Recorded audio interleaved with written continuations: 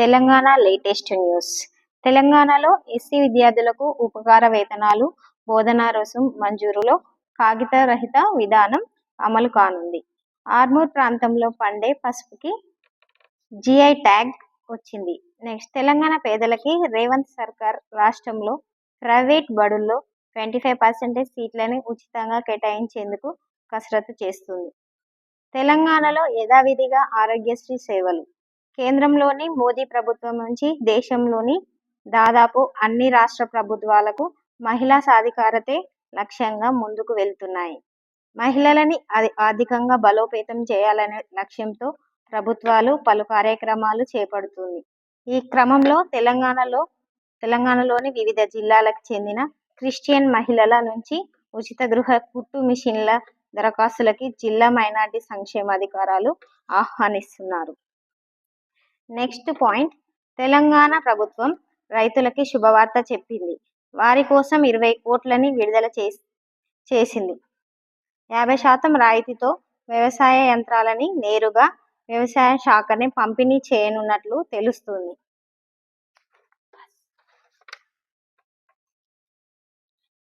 India latest news. Kolkata RG Kar medical college junior doctor అత్యాచారం కేసులో దోషిగా తేలిన సంజయ్ రాయ్ని ప్రస్తుతం కోల్కతా జైలుకు తరలించారు. 18,000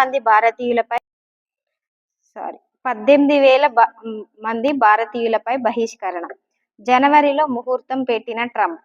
బంగ్లాదేశ్లో ఇస్కాన్ వివాదం, హైకోర్టులో పిటిషన్. మహారాష్ట్రలో ఆర్డినెన్స్ ఫ్యాక్టరీలో భారీ పేలుడు, 8 మంది మృతి, 7గురికి తీవ్ర గాయాలు. అమెరికా సెకండ్ లేడీగా ఎన్నికైన తొలి భారత మహిళగా ఉషా చిలుకూరి. ఈమె అమెరికా ఉపాధ్యక్షుడిగా ప్రమాణ స్వీకారం చేసిన జేడీ వాన్స్ సతీమణి. Today latest updates.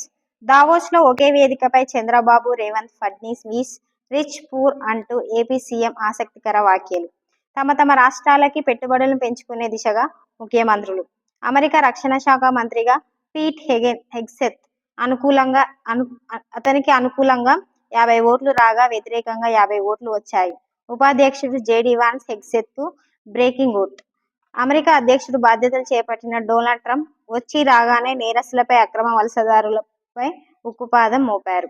దేశంలోకి అక్రమంగా ప్రవేశించడంతో పాటు దొంగతనాలకు, హింసకి పాల్పడే వారిని నిర్బంధించే బిల్లుని ఇప్పటికే అమెరికా ప్రతినిధుల సభ ఆమోదం తెలిపిన సంగతి తెలిసిందే.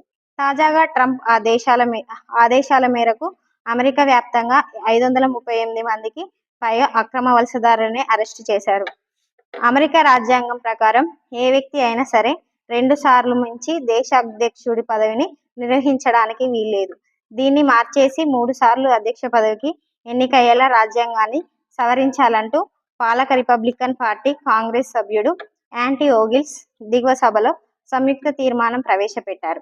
అది ఆమోదం పొందితే డొనాల్డ్ ట్రంప్ 3 సార్లు అధ్యక్ష పదవికి ఎన్నిక కావడానికి వీలు కలుగుతుంది.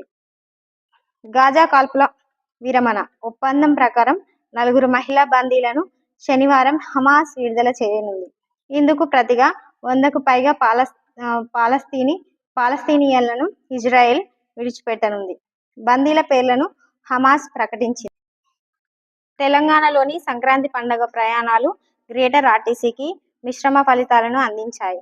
5 రోజుల వ్యవధిలో రూ.6.4 కోట్ల ఆదాయం రాగా తిరుగు ప్రయాణాల్లో బస్సులు ఖాళీగా రావడం తీవ్ర ప్రభావం చూపింది.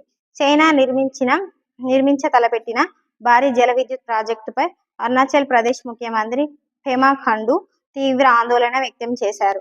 అరుణాచల్ ప్రదేశ్లో సియాంగ్ నదిగా, అస్సాంలో బ్రహ్మపుత్ర నదిగా పిలుస్తారు. ఈ నదిలో ప్రాజెక్టు నిర్మిస్తే ఇక్కడి జల ప్రవాహానికి చైనా నియంత్రించగలుగుతుంది. భారీ మోతాదులో వరద నీటిని భారత భూభాగంపైకి వదిలితే భారీ విధ్వంసమే చోటు చేసుకుంటుందనే ఆందోళన వ్యక్తం అవుతుంది.